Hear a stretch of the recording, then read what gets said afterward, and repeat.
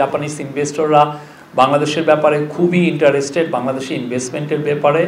সেই অনুযায়ী 2500-এ একটা এক্সক্লুসিভলি জাপানের জন্য একটা ইকোনমিক জোন করা হয়েছে।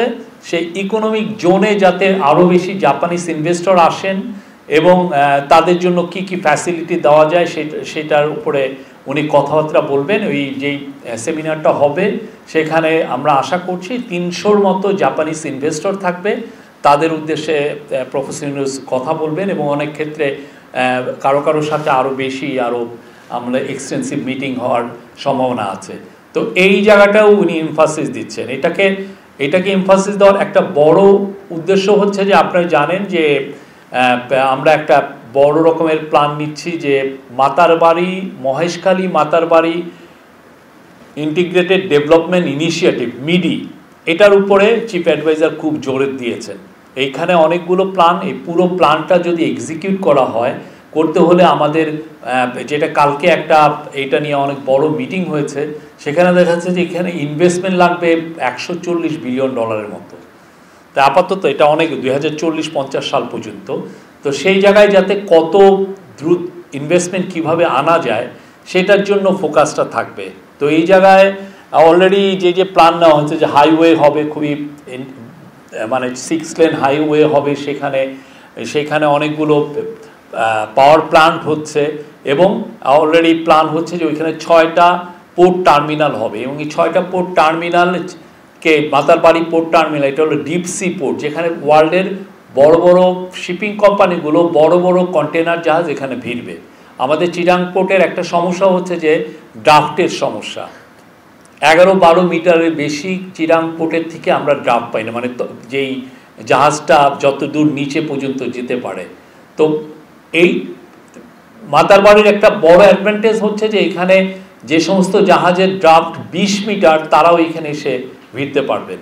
তো সেই জন্য এটার জন্য বড় বড় জাহাজ, ফলে আমাদের যেটা হবে যে আমরা তখন মাতারবাড়ি ডিপসি পোর্টকে যদি 6টা টার্মিনাল যখন তৈরি হয়ে যাবে, আমাদের আর বাংলাদেশ থেকে এটা সিঙ্গাপুরে আর আমাদের প্রোডাক্ট পাঠানো লাগবে না, যে ওইখান থেকে আবার বিভিন্ন বড় বড় পোর্টে যে পাঠানো এটা এখন ডাইরেক্ট মাতারবাড়ির থেকে হবে।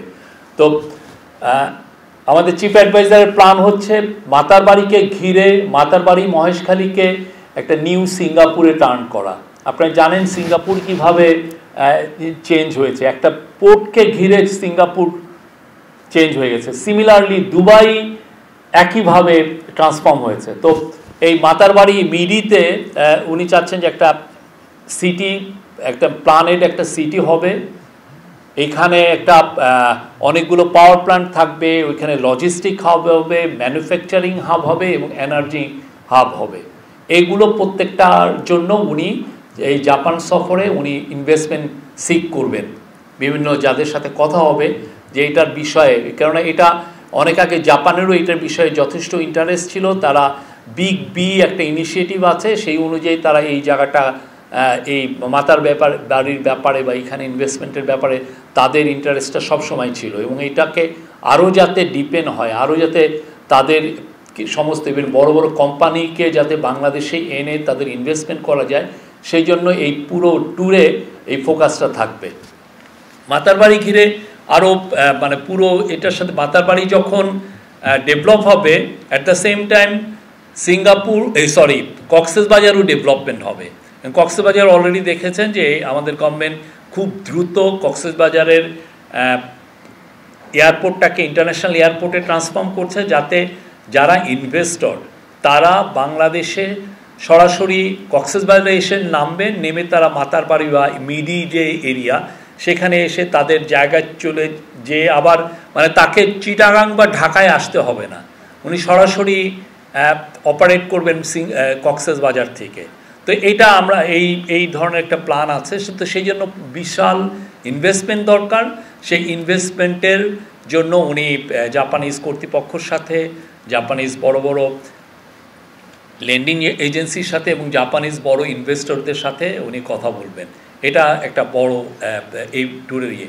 আর এখানে বায়োলেটারাল বিষয়ে যেটা আছে যে আমরা এক্সপেক্ট করছি বিটুইন $500 থেকে $750 মিলিয়ন বা আপ টু $1 বিলিয়ন মতো আমরা সাপোর্ট এক্সপেক্ট করছি জাপানের থেকে। তার মধ্যে প্রায় $500 মিলিয়ন মতো হবে বাজেট সাপোর্ট, $500 মিলিয়ন মতো হবে বাজেট সাপোর্ট। তো এইটা এই পুরো, এছাড়া উনি একটা ইউনিভার্সিটি থেকে অ্যাওয়ার্ড পাবেন, আরও কিছু ইম্পর্টেন্ট মিটিং আছে জাপানের।